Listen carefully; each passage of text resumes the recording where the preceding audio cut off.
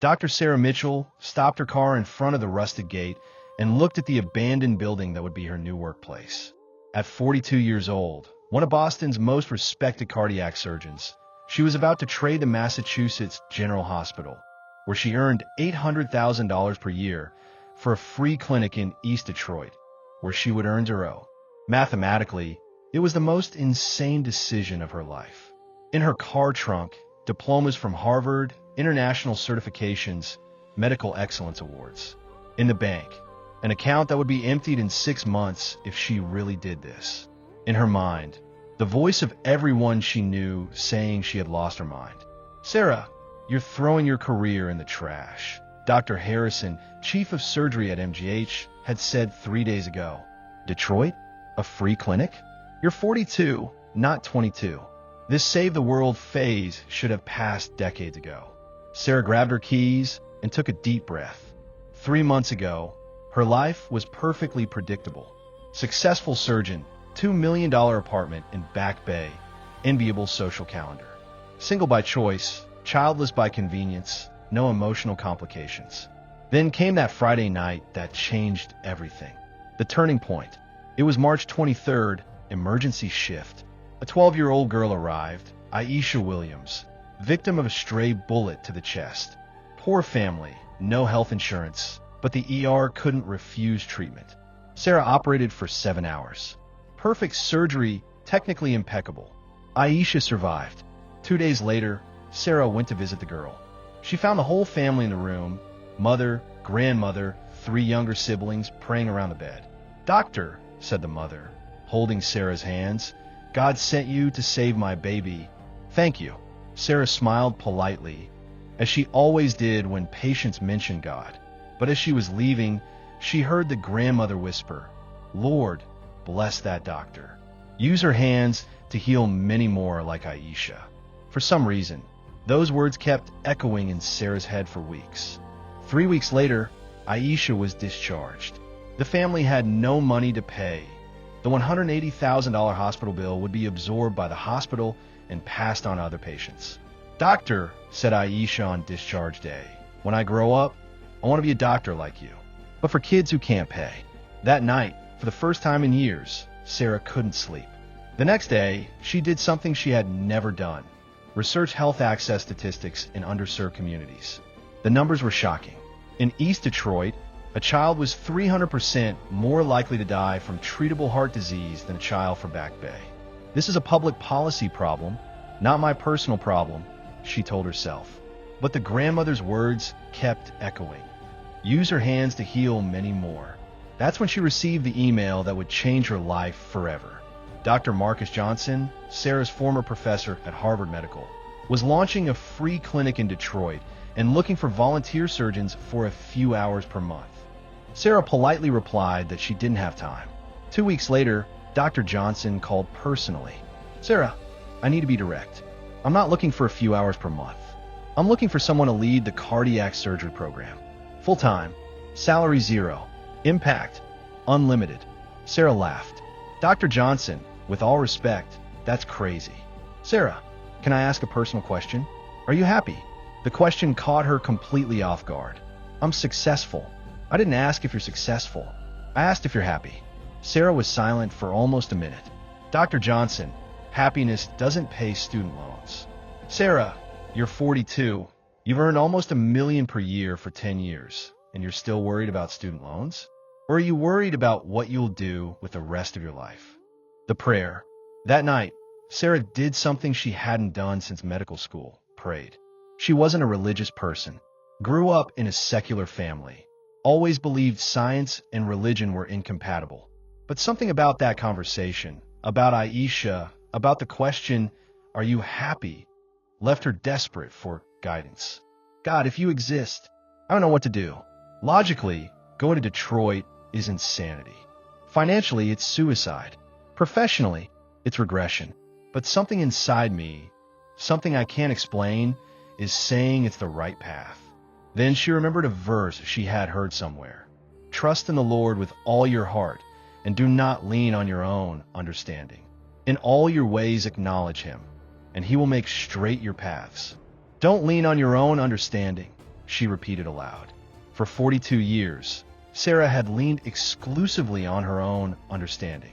She was a doctor, scientist, logical person. Own understanding was all she had. But for the first time in her life, her own understanding was saying two contradictory things. This is crazy, and this is right. Now, 3 months later, she was there. Rusted gate, abandoned building, diminishing bank account. About to discover what happens when you stop leaning on your own understanding. Sarah's background. Dr. Sarah Mitchell had always been a person of detailed plans. Daughter of 2 university professors in Vermont, she grew up believing success was the result of meticulous planning and flawless execution. At 8, she already knew she wanted to be a doctor. At 12, she decided she would be a surgeon. At 16, she chose Harvard as her goal. At 18, she got a full scholarship. At 22, she graduated summa cum laude. At 26, she completed her residency in general surgery. At 30, specialization in cardiac surgery. At 35, she was hired by Massachusetts General Hospital as one of the youngest surgeons on staff. Each step calculated, each movement strategic. Her personal life followed the same logic. Relationships were evaluated for intellectual compatibility and professional growth potential. Marriage was postponed indefinitely because it interfered with career focus. Children were discarded because they were incompatible with 12-hour surgeries. At 42, Sarah had achieved everything she had planned. Professional recognition, financial stability, dream apartment, luxury car. She was cited in medical journals, speaker at international conferences, consultant to hospitals around the world. She was, by any objective metric, extremely successful. But when Dr. Johnson asked if she was happy, Sarah realized she didn't know how to answer. Happiness wasn't in her plans. Personal satisfaction wasn't a metric she had learned to measure. For 20 years, she had assumed professional success would automatically result in personal fulfillment. The assumption was wrong. The catalyst, Aisha's case, was the catalyst, but not the beginning of Sarah's restlessness. In the last 2 years, she had begun to question whether being at the top of her career was really where she belonged. The surgeries continued technically perfect, but Sarah began to notice she was mainly operating on rich people who could afford elective surgeries. Preventive bypasses, cosmetic heart valve corrections, procedures that improve quality of life but rarely save lives. I became a mechanic for expensive cars, she told herself one night, after a $200,000 surgery on a 55-year-old executive who wanted to optimize his cardiovascular capacity. Simultaneously, through her emergency work, Sarah regularly saw patients who desperately needed surgeries they couldn't afford. Children like Aisha, young adults with congenital heart problems, elderly people whose families sold houses to pay for treatments. The disparity was morally disturbing. Sarah tried to rationalize, I can't save everyone. The American healthcare system has problems, but it's not my personal responsibility to solve them. But rationalization wasn't working anymore, especially after she started researching statistics. In East Detroit, where Dr. Johnson wanted to open the clinic, life expectancy was 15 years lower than in Back Bay, where Sarah lived. Children died from heart diseases that were routinely treated in hospitals like MGH. It's about zip codes, not genetics, Dr. Johnson said when Sarah confronted him with the data. Same diseases, same treatments needed. Only difference is money. And how does a free clinic solve this? It doesn't solve everything, but it's solved for some people. And some people are infinitely important. Dr. Johnson, you're asking me to give up an $800,000 per year career to work for free? I'm asking if you want to use your next 25 years saving lives that really need to be saved. I already save lives. Sarah, when was the last time you operated on someone who would die without the surgery? Sarah was silent. The truth was that most of her surgeries were preventive or quality of life improvements. She hadn't performed truly life or death surgery in months. Dr. Johnson, this isn't rational. I have student loans, mortgage, financial responsibilities. Sarah, you have $2.3 million in investments. Your apartment is worth $2 million. You can live comfortably for years just on investment returns. Sarah was shocked. How do you know details of my financial situation? Because when you want to recruit the best surgeon in Boston to work for free, you do your homework. And why would I do this? Because maybe money stopped being your motivation years ago, and you just haven't realized it yet. The decision process. That night, Sarah made a pros and cons list about Detroit's proposal. Pros: real impact, patients who genuinely needed help, potential to save lives that otherwise would be lost. Cons: loss of income, end of luxury lifestyle, career suicide, social isolation, financial insecurity. Mathematically, the cons vastly outweighed the pros. But something about the list was wrong. Sarah realized that all the cons were about things she would lose, while all the pros were about things she would gain. And for the first time in 20 years of career, gaining something seemed more important than losing something. The decision Sarah thought she would make rationally ended up being made in a moment of complete emotional breakdown. It was a Tuesday, June 15th. Sarah had just completed a $180,000 surgery on a tech CEO who wanted preventive cardiac optimization. Perfect procedure, satisfied patient, profitable hospital. As she was leaving the hospital, she saw an ambulance arriving. Professional curiosity made her stop to observe. Paramedics brought a girl of approximately 10 years old, unconscious, clearly in cardiac distress. The family, young mother, obviously poor, crying hysterically, ran after the stretcher. Sarah immediately recognized the symptoms. Congenital heart defect, probably operable, definitely treatable.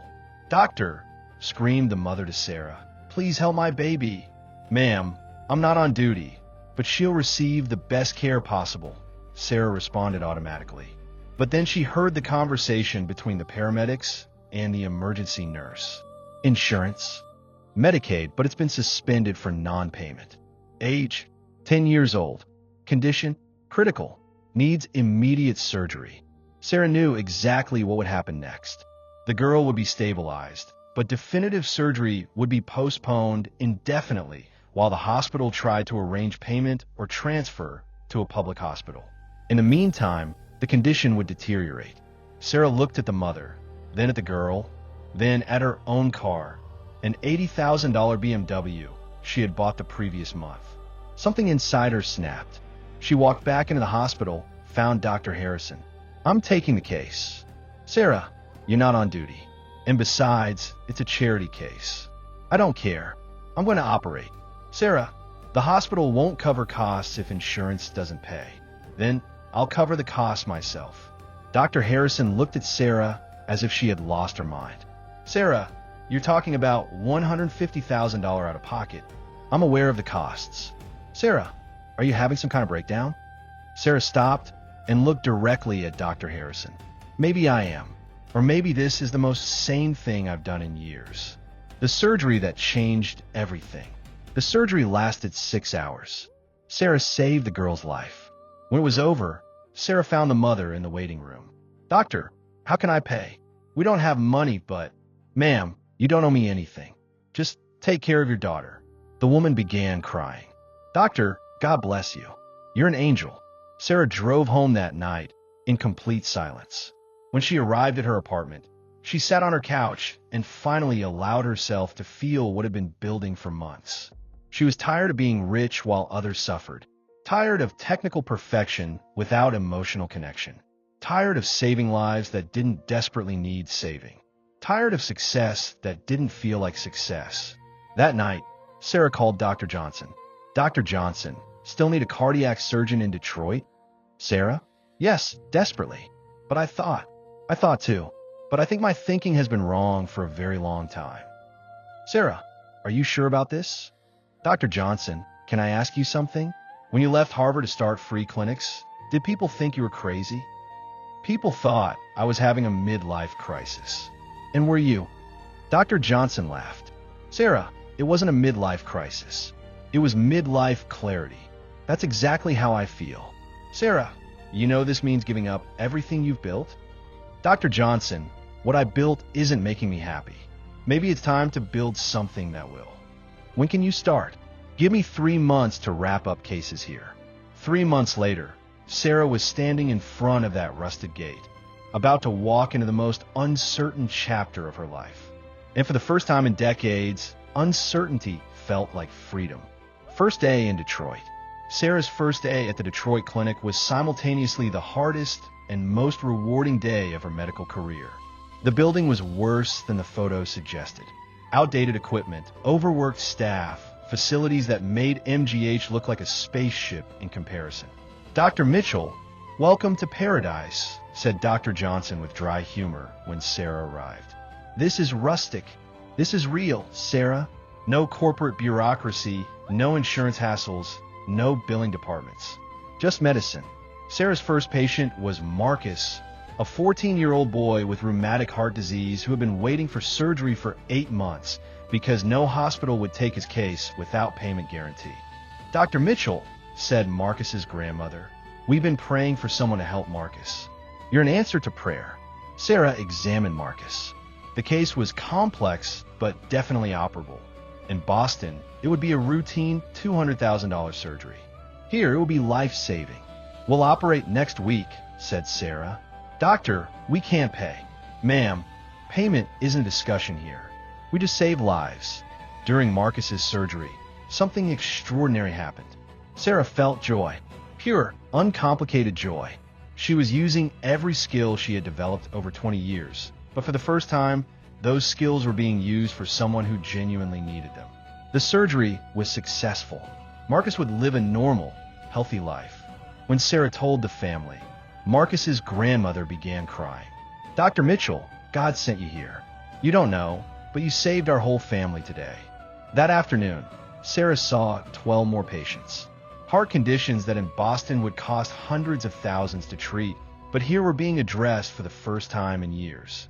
Dr. Mitchell, said Dr. Johnson at the end of the day, how was the first day? Exhausting, overwhelming, and incredible. Different from Boston? Completely different. In Boston, I was an excellent technician. Here, I feel like a doctor. What's the difference? In Boston, patients chose me because they could afford the best. Here, patients need me because I'm their only option. There's something pure about that. The test of commitment. That night, Sarah called her parents in Vermont. Sarah, how's your adventure? Asked her mother, clearly disapproving. Mom, it's hard to explain, but I think I'm finally doing what I was supposed to do. Sarah, you threw away a career worth millions to work for free in Detroit. How is that what you were supposed to do? Sarah thought for a moment about how to explain something that didn't make logical sense. Mom, do you remember that verse grandmother used to quote? About trusting God and not leaning on your own understanding. Vaguely. What? Because for the first time in my life, I'm not leaning on my own understanding. And things are making sense in a way they never did before. Sarah, I don't understand. Mom, I don't understand either. But I think that's the point. 3 weeks into Detroit, Sarah received a phone call that would test her commitment. Dr. Mitchell, this is Robert Chun from Seattle General Hospital. We've heard about your situation, and we'd like to offer you a position as Chief of Cardiology. $1.2 million starting salary. Sarah was quiet for a moment. Mr. Chun, can I ask how you heard about my situation? Word travels fast in the medical community when a top surgeon leaves a prestigious hospital to work for free. Some colleagues think you had a breakdown. Others think you're a saint. We think you're exactly the kind of doctor we've been looking for. And you think offering me more money will convince me to leave? Dr. Mitchell, we're offering you a chance to return to the real world. Sarah looked around the clinic. Outdated equipment, overworked staff, patients waiting in folding chairs. Mr. Chun, this is the real world. Boston was the artificial world. I don't understand. Mr. Chun, when's the last time you saved someone's life who otherwise would have died? Dr. Mitchell, we save lives every day. No, Mr. Chun, you improve lives every day. You extend lives, enhance lives, optimize lives. But most of your patients would survive without your intervention. Here, if I don't operate, people die. But Dr. Mitchell, Mr. Chun, thank you for the offer. But I finally found where I belong. When Sarah hung up, Dr. Johnson was standing in the doorway. Seattle General, $1.2 million. Tempting. Sarah looked at the waiting room, full of patients who couldn't afford treatment anywhere else. Not even slightly. Sarah, can I ask you something? Sure. What changed? What made you give up everything to come here? Sarah thought about the question for several minutes. Dr. Johnson, I spent 20 years building a career based on what I thought would make me successful. And I was successful by every measurable metric. But I was building someone else's definition of success. And now I'm building to a children's hospital in Boston. And I discovered that when you do what matters, let alone everything else. So what do we do? Recognition, Sarah looked at Sophia, becomes secondary, smiling, any regrets, trusting.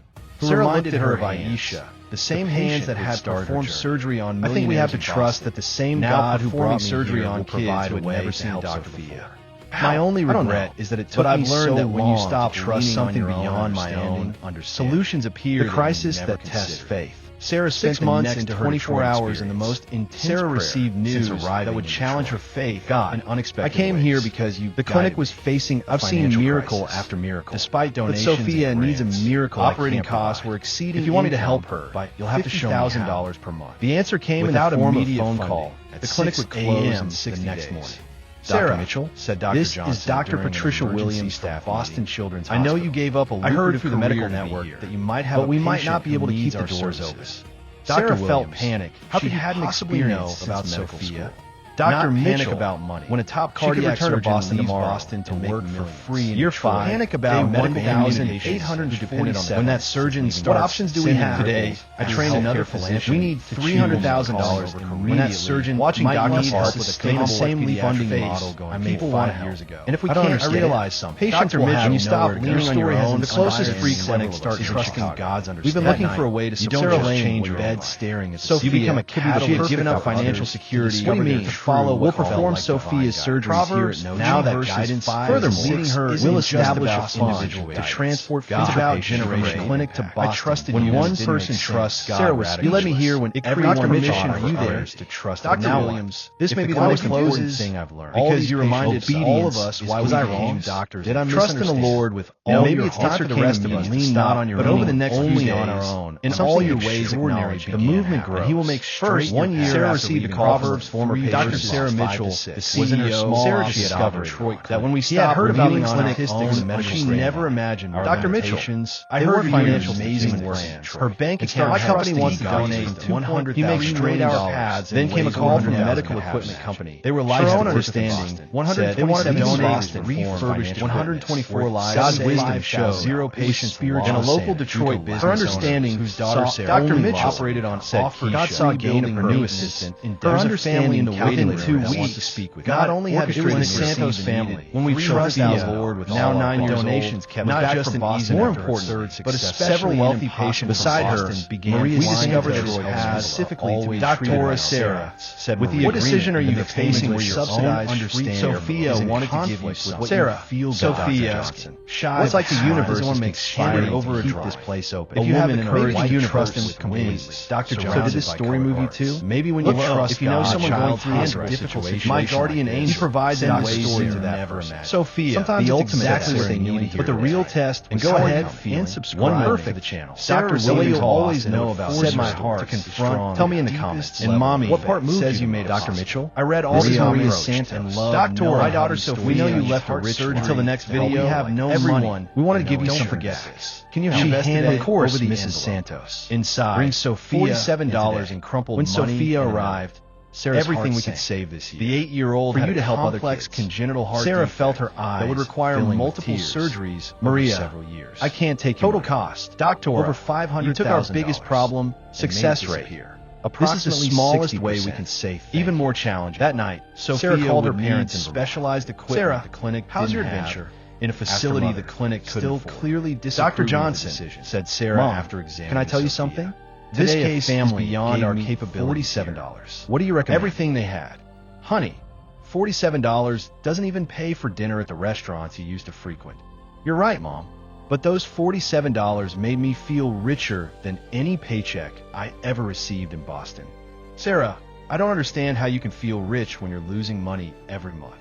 Mom, I learned something this year. There are 2 types of wealth.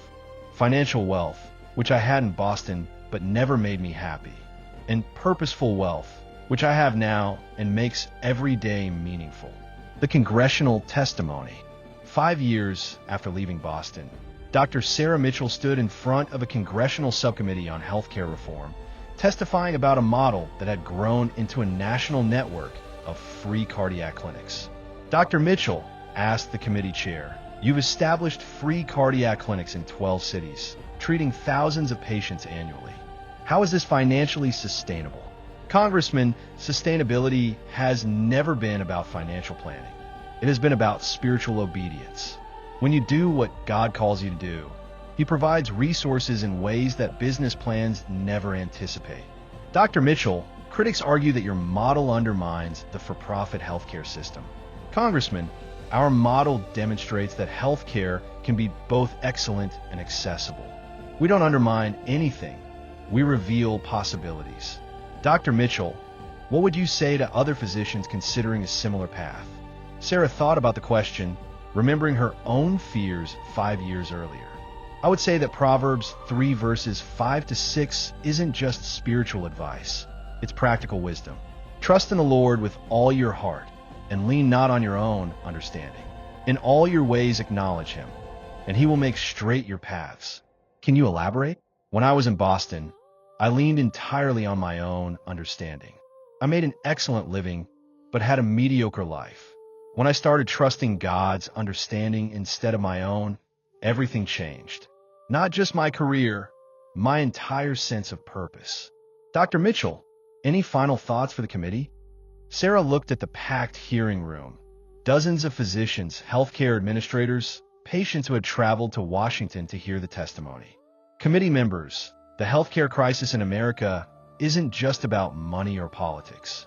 It's about remembering that medicine is ministry, that healing is a sacred calling, and that when we serve others with excellence and compassion, resources appear to sustain the good work. After the testimony, Sarah was approached by a young physician from the audience. "Dr. Mitchell, I'm Dr. Jennifer Park, resident at Johns Hopkins. Your story has inspired me to consider a different path after residency." "Dr. Park, what kind of path?" "A path that prioritizes impact over income. But I'm scared to give up financial security." Sarah smiled, remembering her own fears years earlier. "Dr. Park, can I share something? Fear is normal, but fear shouldn't prevent you from following your calling. When you trust God with your future, He provides security that money never could. How do I know if this is calling or just idealism?" "Dr. Park, start praying about it. Ask God for wisdom beyond your own understanding. And then pay attention to doors that open, people who appear, resources that become available. When God calls, He provides." 6 months later, Dr. Jennifer Park became the first resident to join the Detroit Clinic directly from residency, turning down a $400,000 salary to work without pay in service of patients who needed care most. "Dr. Mitchell," she said on her first day, "I prayed about the decision for 6 months. Every time I prayed, I felt a sense of peace about coming here that I never felt about high-paying positions." Sarah smiled, remembering her own first day in Detroit, terrified but certain, overwhelmed but peaceful. "Dr. Park, welcome to the most rewarding work you will ever do." "Dr. Mitchell, can I ask something personal?" "Of course. Do you ever wonder what your life would have been like if you had stayed in Boston?" Sarah looked around the cardiac center, patients being treated, residents being trained, families being healed. "Dr. Park, I sometimes wonder about alternative paths. But then I remember, God's plans are always better than our plans, and His understanding is always superior to our understanding. Following Him led to a life I never imagined but always needed." Epilogue, the wisdom that multiplies. That evening, Sarah wrote in the journal she had kept since arriving in Detroit. Year 5, day 1847 since leaving Boston. Today, I train another physician to choose calling over career. Watching Dr. Park make the same leap of faith I made 5 years ago, I realized something. When you stop leaning on your own understanding and start trusting God's understanding, you don't just change your own life. You become a catalyst for others to discover their true calling as well. Proverbs 3 verses 5 to 6 isn't just about individual guidance. It's about generational impact. When one person trusts God radically, It creates permission for others to trust him too. This may be the most important thing I've learned. Obedience is contagious. Trust in the Lord with all your heart and lean not on your own understanding. In all your ways acknowledge him, and he will make straight your paths. Proverbs 3 verses 5 to 6. Sarah discovered that when we stop leaning on our own understanding, our limitations, fears, and human plans, and start trusting in God's wisdom, he makes straight our paths in ways we never could have imagined. Her own understanding said leaving Boston was financial madness. God's wisdom showed it was spiritual sanity. Her understanding saw only loss of income. God saw gain of purpose. Her understanding calculated risks. God orchestrated miracles. When we trust in the Lord with all our heart, not just in easy moments, but especially in impossible decisions, we discover that his paths are always better than our plans. What decision are you facing where your own understanding is in conflict with what you feel God is asking? What path does he want to make straight in your life? If you have the courage to trust him completely. So, did this story move you too? Look, if you know someone going through a difficult situation like this, send this story to that person. Sometimes it's exactly what they need to hear today. And go ahead and subscribe to the channel. That way you'll always know about new stories. Tell me in the comments, what part moved you the most? I read all the comments and love knowing how these stories touch you. Until the next video, everyone, and don't forget this, do your best today